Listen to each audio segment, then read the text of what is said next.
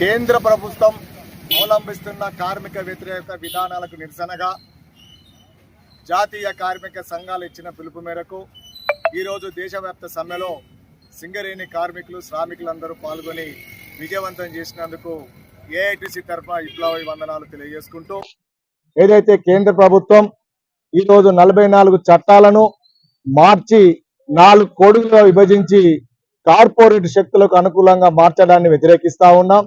ఏదైతే దేశ సంపదను సృష్టించినటువంటి శ్రామికుల వర్గం కోసం ఎలాంటి హక్కులు లేకుండా చట్టాలను మార్చి కాలరాస్తున్నందుకు వ్యతిరేకంగా, అదేవిధంగా చికాగో నగరంలో ఆ రోజు ఉద్యమాలు చేసి వాళ్ళ త్యాగ ఫలితంగా 8 గంటల పని దినాన్ని సాధించుకుంటే దాన్ని తుంగలో దొక్కి ఈరోజు 10 గంటలు 12 గంటల పని దినాన్ని తీసుకువస్తా ఉన్నారు.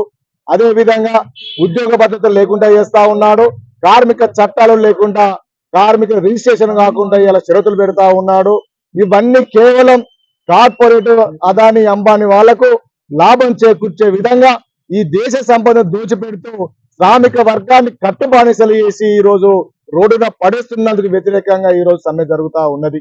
ఇలా కేంద్ర ప్రభుత్వం చెప్తా ఉన్నాం, 3వ సారి గెలిచిన తర్వాత ఇవాళ దేశ ప్రజల కొరకు ఎలాంటివి చేయడం లేదు. ఇలా ఉద్యోగాలు లేవు, ఉద్యోగ భద్రత లేదు.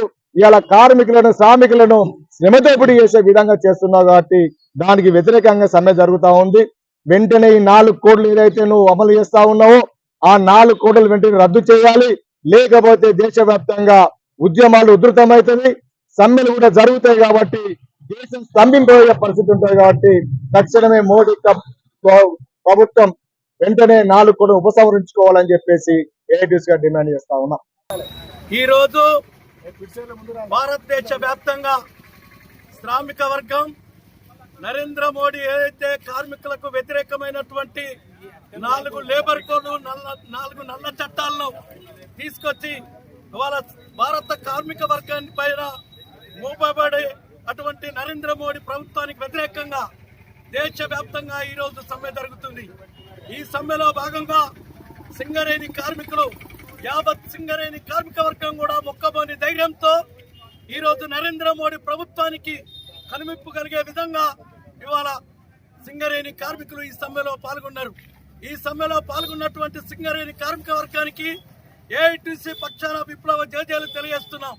ఇప్పటికైనా నరేంద్ర మోడీ ప్రభుత్వం 44 కార్మిక చట్టాలను 4 కోడులుగా విభజించి ఇవాళ కార్మికులకు మనగడక పెనుముప్పు కలిగే విధానటువంటి ఈ 4 కోడులను వెంటనే ఉపసంహరించుకోవాలని ఏఐటీసీ పక్షాన భారత ప్రభుత్వం ఏదైతే నరేంద్ర మోడీ ప్రభుత్వం ఉన్నదో ఆ నరేంద్ర మోడీ ప్రభుత్వానికి బుద్ధి చెప్పే విధంగా సింగరేణి కార్మిక వర్గం ఈ సమ్మెలో పాల్గొంటున్నారు. కనుక ఇప్పటికైనా బీజేపీ ప్రభుత్వం, నరేంద్ర మోడీ ప్రభుత్వం ఈ 4 కోట్లను రద్దు చేసి పాత పద్ధతుల్లోనే 44 చట్టాలను ఉంచాలని ఏఐటీసీగా డిమాండ్ చేస్తున్నాం.